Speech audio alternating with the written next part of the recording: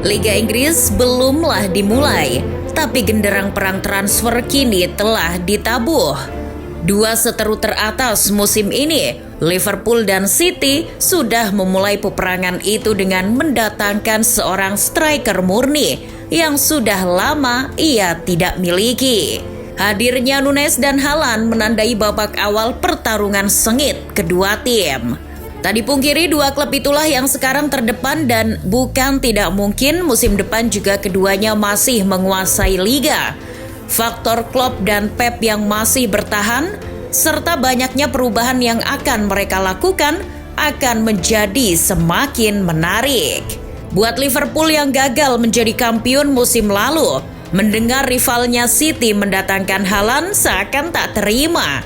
Liverpool dan Klopp juga berpikir bagaimana mereka juga harus segera berubah demi persaingan yang semakin ketat. Akhirnya mereka mendapatkan seorang Darwin Nunes, striker Benfica yang dihargai mahal 100 juta pounds. Ini menjadi sangat mengejutkan lantaran Klopp sangat jarang untuk menghabiskan uang sebanyak itu untuk seorang pemain. Namun tentu mendatangkan Nunes adalah keputusan yang bisa jadi penting dan tepat.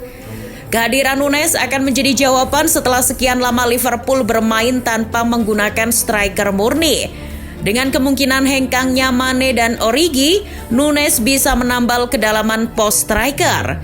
34 gol dan 1 assist dalam 41 pertandingan di semua kompetisi cukup jadi modal pertimbangan Klopp merekrut Nunes.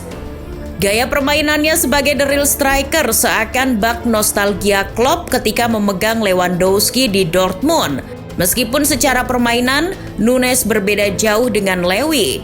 Nunes lebih sering free roll di kiri maupun kanan dengan kecepatan driblingnya yang lincah, meskipun badannya besar dan tinggi. Nunes adalah variasi yang pas bagi serangan The Reds musim depan. Liverpool bisa bermain the real striker dengan Nunes atau bisa juga kembali gunakan skema false nine dengan Firmino atau Jota.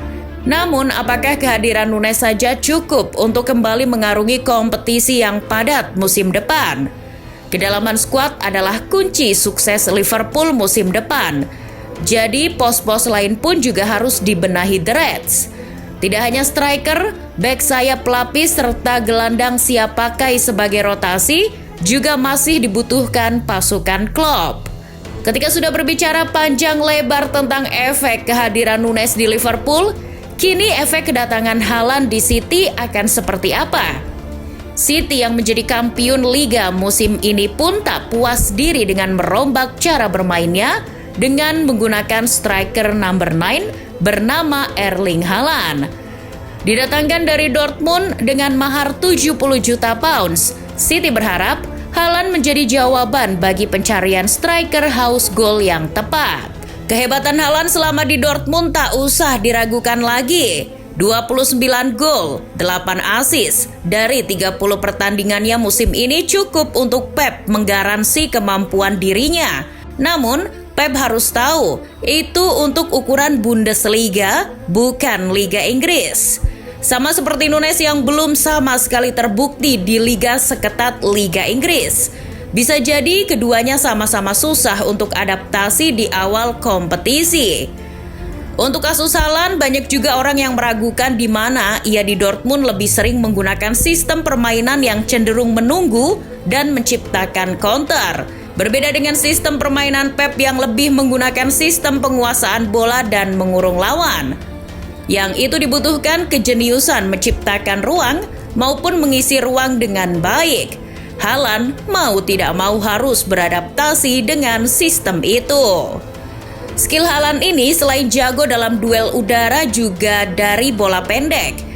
Dengan akurasi tendangannya yang keras serta duel fisiknya yang baik, menjadi keuntungan tersendiri bagi City. Dengan kedatangan Haaland yang postur tinggi menjulang, City tidak juga harus selalu memainkan sepak bola crossing. Meskipun sesekali sistem crossing itu mungkin bisa jadi opsi pemecah kebuntuan yang selama ini tak dipunyai City. Dari beberapa efek baik maupun buruknya kedatangan dua striker tajam Nunes dan Haaland yang pasti akan dihakimi dengan seberapa banyak gol yang akan diciptakan musim depan bersama kedua klub. Gol memang menjadi parameter suksesnya seorang striker. Kadang juga aspek-aspek lain seperti kontribusi tarik lawan, buka ruang, maupun passing suksesnya tak menjadi ukuran bahwa striker itu berhasil.